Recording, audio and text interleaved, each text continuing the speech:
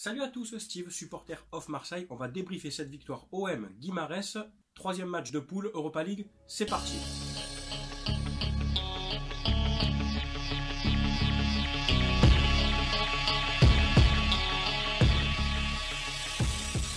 Bon, d'habitude avec moi on commence toujours par l'ambiance. Là je vais garder l'ambiance pour après car j'ai beaucoup de choses à dire. Je vais vite débriefer le match. On va pas s'attarder comme je fais d'habitude sur chaque poste, chaque joueur. L'adversaire, je vais parler d'adversaire, c'était vraiment pas un adversaire de grande qualité, qui nous a un peu pressé, qui nous a mis en difficulté les 20 premières minutes, c'est vrai. D'ailleurs, ils ouvrent le score, mais après on a vite vu que sur la durée du match, c'est un adversaire qui ne tient pas, que ce soit dans l'impact physique, tactiquement, ils sont vite débordés. Voilà, c'est pas une grande opposition. C'est une victoire certes, mais c'est pas c'est pas la grosse équipe du gros calibre sur quoi on peut s'appuyer pour les prochains matchs. Donc Rudy Garcia a choisi un 4-2-3-1 avec Mandanda dans les buts. J'aurais aimé voir un peu Pelé, mais bon, Mandanda c'est bon. Qui a fait d'ailleurs deux beaux arrêts en deuxième mi-temps. À gauche, Patrice Evra. Donc voilà, je vais parler de lui parce que je ne comprends pas pourquoi on continue de faire jouer Patrice Evra. Est-ce que c'est le fait parce que c'est Patrice Evra, il faut lui faire plaisir, il faut qu'il joue. Mais résultat, il n'est pas au marquage sur le premier but. Le joueur de Guimarães a tout le temps qu'il veut pour centrer. D'ailleurs, il centre, il la centre bien. Bon, après, Ramier pris de vitesse, ça, à la limite, il peut ou il peut rien. Voilà, la tête est belle et décroisée, mais voilà. Evra n'est pas au marquage. Evra ne fait pas le nécessaire. Evra est sorti à l'heure de jeu parce que, soi-disant, il avait mal au ventre. Moi, à mon avis, c'est parce qu'il était cramé. Voilà, il était épuisé, il ne voulait pas le dire. Il n'a pas apporté quoi que ce soit dans ce match, ni offensivement, ni défensivement. Donc en gros, on utilise un joueur qui au bout d'une heure de jeu, on doit remplacer. Donc on grille un remplacement. On sait qu'en le faisant jouer, tu es sûr à un moment donné de le remplacer. Alors dans ce cas-là, autant mettre Doria à gauche, autant mettre Rokia à gauche, autant mettre Bedimo à gauche, parce que pour ce que fait Evra, je vois pas l'intérêt, je vois pas la différence de faire jouer ceux-là à la place de lui. Sarr, je vais en parler par contre. Sarr, très bon match de Sarr, j'ai mis dans mes bestes, qui a très bien défendu sur son couloir et qui a apporté énormément offensivement, qui a dribblé, qui a percuté, qui a pris de vitesse son vis-à-vis dans le couloir, qui a pas mal dédoublé avec Lopez, ou quelquefois Sanson. Donc moi je trouve que pour un arrière droit qui n'est pas de métier, Sarr a fait un très bon match, donc voilà, je le félicite pour son match. La défense centrale, bon, Rami Abdenour, hein, bon, enfin, comme je vous dis, je le redis, il n'y a pas une grosse opposition. Malgré qu'Abdenour, je l'ai mis dans mes bides aussi, parce que pour moi, il est lourd. Sur quelques interventions, il est limite, il crée des fautes. C'est Guimarães, il fait ça contre Paris. Déjà, on finit à 10, et puis on en prend 4, quoi. Donc voilà, je ne suis pas emballé par le joueur pour l'instant. J'espère qu'il va retrouver son niveau de Monaco, mais pour l'instant, je le trouve pas meilleur que Rolando. Après le milieu, Camara, Gustavo, bon ça a été, surtout avec Gustavo ça va beaucoup mieux. Camara a loupé pas mal de passes. Sanson, j'ai mis dans mes bides aussi. Sanson, pour moi, n'a rien apporté, a perdu beaucoup de ballons, a donné très peu de bons ballons, à part sur le but d'Ocampos, mais c'est tout. Voilà, Sanson, je suis pas tellement satisfait de son match. On sait qu'il peut faire plus. Son positionnement était un peu bizarre, j'arrivais pas trop à le situer. Pour moi, il est un peu dézonné à quelques fois. Il ne récupère pas beaucoup de ballons. Et voilà, je le redis encore, c'est Guimarães en face. Donc s'il n'arrive pas à s'imposer contre des équipes comme ça, je ne sais pas l'avenir ce que ça a donné pour lui, le pauvre. Ensuite, Lopez est à l'animation. Bon, un match assez bon, correct de Lopez, qui a marqué son but, qui a retrouvé un petit peu de confiance, de rythme, et qui joue plus simple, et qui distribue le jeu, notamment à Ocampos, ou à Sanson, quand il pouvait lui donner, ou à Germain. Donc Ocampos que j'ai mis dans mes bestes aussi, un but, une passe décisive, bravo à lui. Ce joueur est un battant. Ocampos me donne tort sur ce que je pensais de lui. Ce joueur m'épate de plus en plus par rapport à ce que j'ai vu lui l'année dernière, ce que j'ai vu lui des fois en début de saison. Là voilà, c'est un mec qui se bat, qui a la niaque, qui donne des bons ballons, qui en récupère pas mal aussi, et puis qui met des buts décisifs. Donc voilà, je dis bravo Campos, tu mérites ta place, tu mérites, moi le premier, mes excuses quand j'ai dit que tu n'allais jamais évoluer, tu évolues, donc quand tu n'étais pas bon, je le disais, quand tu es bon, il faut le dire aussi, donc voilà, bravo Campos. Germain, j'ai mis dans mes bides aussi, Germain c'est un fantôme, quoi, prend peu de ballons, les appels sont moyens, les ballons, ça sert à rien de lui centrer les ballons de la tête, il les prend pas. C'est pas un poste pour lui, comme je le dis, il faut arrêter de le faire jouer tout seul devant. C'est un mec qui doit jouer avec Mitroglou autour ou avec un autre gars, mais c'est pas possible. Germain tout seul devant, ça ne sert à rien. à part le cramer, à part le dégoûter et lui faire perdre la confiance. Donc, ne mets pas Germain, ne mets pas Sanson, Rudy, et tu mets directement NJ Germain ou Mitroglou Germain.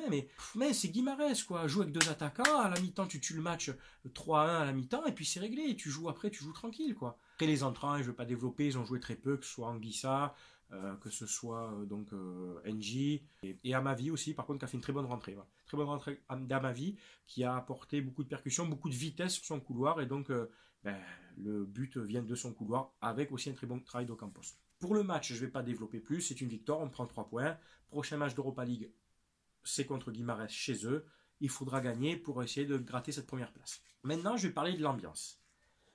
Donc j'étais au stade, en virage sud, hein, puisque le virage nord était fermé. On était à peu près, je pense, si je dis pas de bêtises, peut-être 5-6 000 en virage sud. Un bon noyau, voilà, il y avait les sous-winners qui étaient bien là, les ultras, les fanatiques ont déménagé en face. Les Dodgers et MTP n'étaient pas nombreux, c'est dommage. Mais voilà, moi ce que je regrette, c'est que la place était à 10 euros. 10 euros pour aller voir un match de l'OM.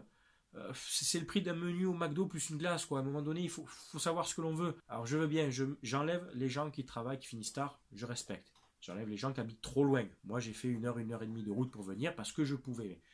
Ceux qui habitent trop loin ou qui ne peuvent pas puisqu'ils finissent trop tard pour venir, je veux bien. Mais quand même, sur 800 000 habitants à Marseille, plus les villages autour, moi j'espérais au moins 25 000 personnes au stade. Au moins. C'est pas normal. Moi, les excuses du temps, ouais, mais je peux pas, en semaine, c'est compliqué. En fait, les gens aiment l'OM, aiment voir l'OM contre Paris, contre Lyon, contre Monaco, en demi-finale de Coupe d'Europe, enfin en Ligue des Champions. Mais par contre, quand il faut soutenir ton club qui en a besoin en Europa League, on s'est quand même battu l'année dernière pour l'obtenir, cette putain de place en Europa League. On y était tous au stade contre Saint-Etienne et Nice à tenir l'équipe pour aller à cette Europa League. Et là, tu as placé à 10 euros, tu les mets pas et tu mets 200 euros pour aller voir Paris après. Soyez un peu sérieux, soyez honnête avec vous-même. Pour ceux vraiment, je parle vraiment pour ceux qui avaient la capacité de venir. 10 euros. Tu allais en virage, t'habites à côté, t'habites sur Marseille.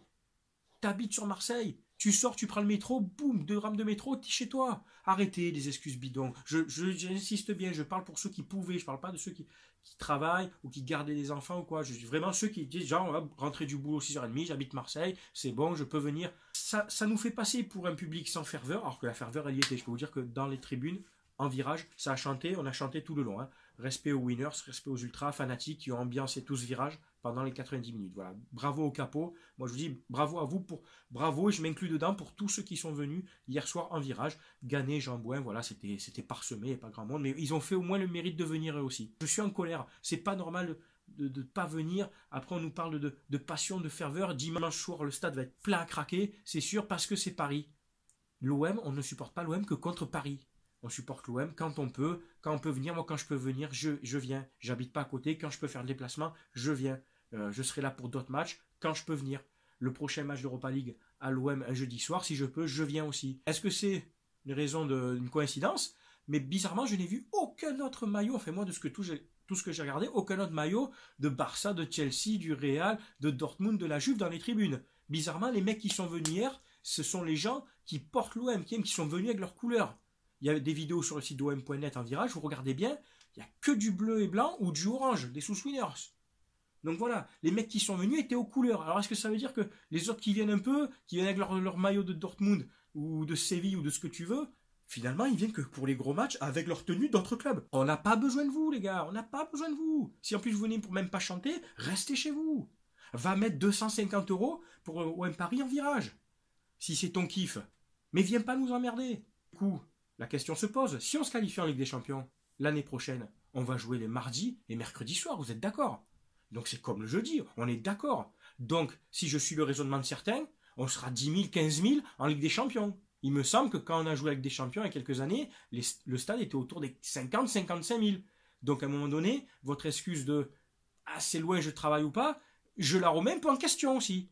Pourquoi en Ligue des Champions, le stade bizarrement est plein, et là, contre Guimarães, ah non, désolé, mais on passe pour des guignols. On passe pour un public qui finalement n'a peut-être plus autant, ça me fait mal au cœur de le dire, mais plus autant la ferveur qu'il y avait avant. En D2, le stade était plein pour ceux qui ont connu la D2. Des campagnes d'Europa League ou à l'époque Coupe UEFA, en 8e de finale, 16e de finale, le stade était archi plein. Là, on joue Guimarães, on joue Salzbourg et on joue Konyaspor. J'étais contre Konyaspor aussi, on n'était pas nombreux. Qu'est-ce que ça veut dire finalement? Qu'est-ce que ça veut dire? Remettez-vous en question, ceux qui peuvent venir. Posez-vous les bonnes questions. Est-ce que vous aimez suffisamment l'OM? Vous aimez suffisamment l'OM pour venir les jeudis soirs, faire l'effort de venir?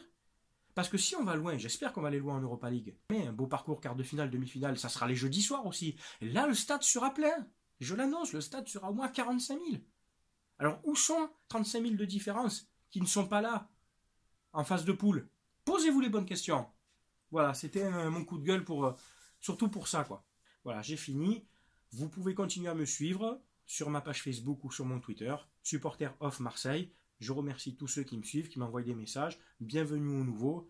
Ici, comme je vous dis, on parle foot, on parle tactique. C'est vrai que pour ce match-là, j'ai pas trop développé sur le schéma tactique et le développement du jeu parce que voilà, l'opposition n'était pas énorme, il n'y avait pas tellement le jeu. Faut dire aussi le match n'était pas tellement plaisant, c'était plus plaisant en tribune que sur le terrain. Mais voilà, vous êtes tous les bienvenus. Ici, on débat, chacun a droit à son avis. J'essaie de répondre au mieux à tout le monde. Et puis voilà, hein, et puis de temps en temps, si on peut rigoler un peu, on rigole aussi. Voilà, allez, ciao tout le monde. Dimanche soir au MPSG, débrief lundi avec, j'espère, je croise les doigts, au moins minimum un match nul. Ciao tout le monde.